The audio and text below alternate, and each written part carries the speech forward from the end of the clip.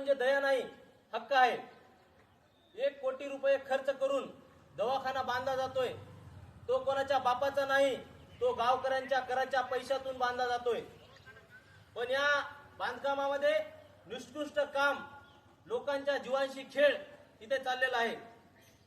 आज या दवाखान्याचं उद्घाटन होण्याच्या पूर्वीच दवाखान्यातील प्लास्टर पडत आहे, बाथरूमचे पाईप बसवले ते तुटलेले दिसत आहेत, रुग्णांचे छताचे प्लास्टर आजच्या कंडिशनला पडत आहेत।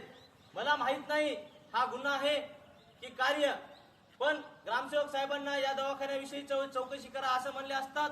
ग्रामसेवक साहेब म्हणतात मला माहित नाही, या गोष्टी कॉन्ट्रॅक्टर साहेबाला माहित आहेत। सरपंच साहेबांना विनंती केली असतात, सरपंच साहेब सुद्धा म्हणत आहेत की आपण कॉन्ट्रॅक्टरला बोलू।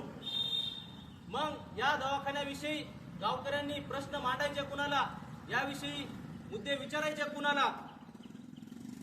ग्रामपंचायत फक्त नावापुरती नसते, ग्रामसेवक सरपंच सदस्य हे फक्त सही करायला नाही तर कामावर प्रत्यक्षरित्या लक्ष ठेवण्यासाठी आहेत। ते सर्वांनी लक्षात घेतलं पाहिजे। दवाखाना आहे की दारूचा अड्डा? मित्रांनो, हा दवाखाना जिथे उद्या गर्भवती माता, वृद्ध, आजारी माणसं येणार आहेत, आज तिथे दारू पिण्याचा प्रकार चालू आहे, हे गावाचा अपमान नाही का?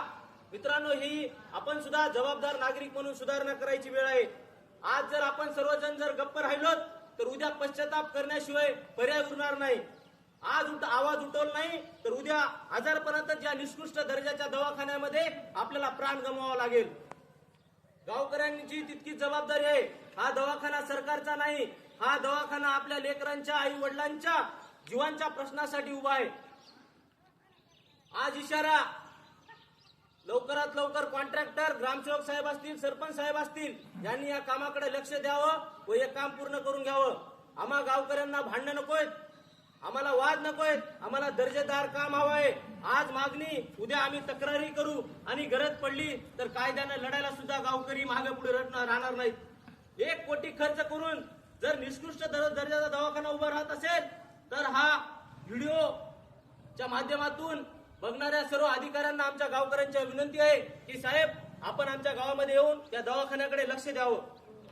सर्वांनी प्रत्येकाने जबाबदारीने काम करावं, एवढं बोलतो, थांबतो। जय जय।